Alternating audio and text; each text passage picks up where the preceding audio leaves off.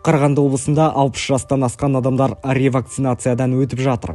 Мемлекеттік бас санитарлық дәрігердің қаулысына сәйкес, егде жастағы азаматтар мен медициналық қызметкерлер Pfizer компаниясының Comirnaty препаратымен қайта вакцинациялаудан өте алады.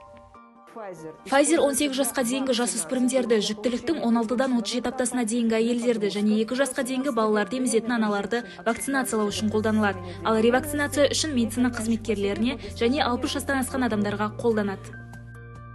Қайта вакцинациялау үшін қарттар Pfizerмен қатар отандық Казвак препаратын да ала алады. Вакцинация орталығында соңғы 2 күнде 60-тан аста егде жастағы азаматтар екпе салдырған.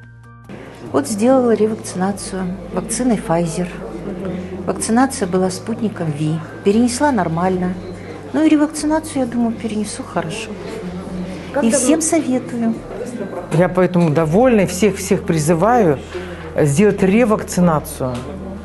Потому что это нужно, поскольку антитела уже заканчиваются. Поэтому я думаю, что это необходимо каждому. Қазір ревакцинацияны күткен біз осы Pfizer келеді деп. Енді Pfizer келді, мінеке осыны алып отырмыз. Коронавирустық инфекцияның алдын алудың ең тиімді жолы вакцинация. Ал ревакцинация иммунитетті арттырады. Вакцина алу үшін сіз тұрғылықты жеріңіз бойынша емханаға жүгіне аласыз.